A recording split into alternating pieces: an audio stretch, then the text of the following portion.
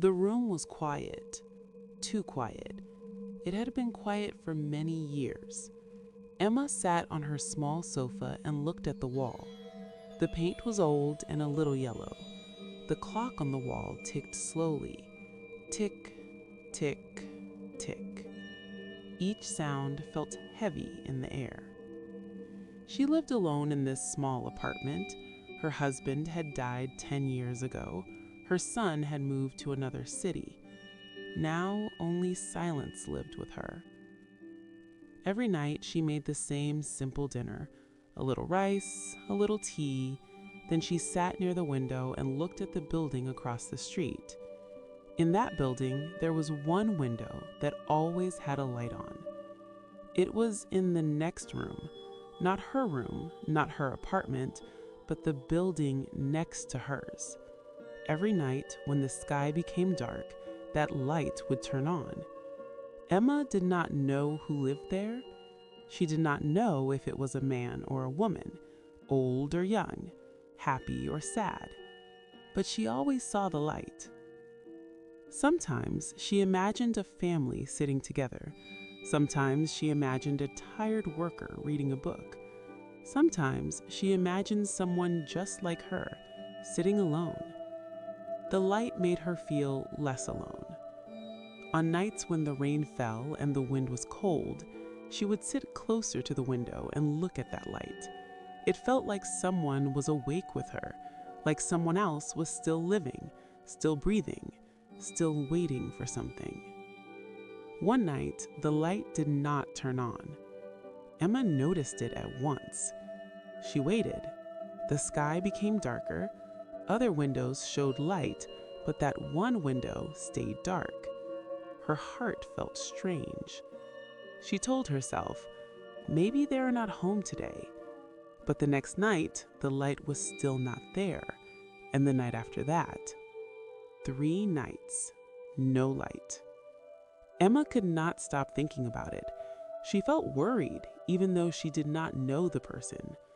On the 4th day, she made a small decision.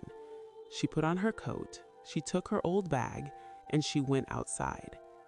The cold air touched her face. The street was noisy, but her heart was beating fast and quiet inside. She crossed the road and walked to the other building.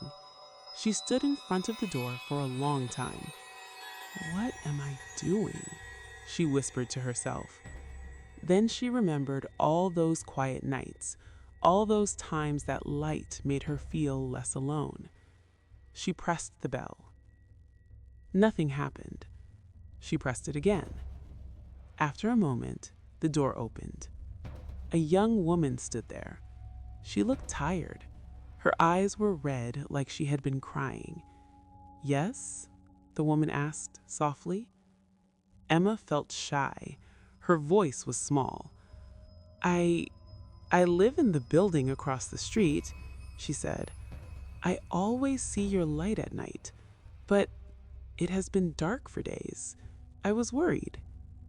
The young woman looked surprised. Then her face changed. It became softer. "My father lived here. He used to sit in that room every night. He liked to keep the light on." Emma felt her chest grow tight. "Where is he now?" she asked quietly. "He passed away last week," she said. "I came to take his things. The room is empty now." They both stayed quiet for a moment. "I am sorry," Emma said. The young woman nodded. "He was lonely after my mother died. He did not like the dark." Emma understood that feeling very well. She looked past the woman and saw the room. It was simple: a chair, a small table, a window. "That light helped me," Emma said. "I did not know him, but it helped me feel less alone." The young woman smiled, with tears in her eyes. "I think it helped him too. He used to sit and look out the window every night. Maybe he was also looking at your building."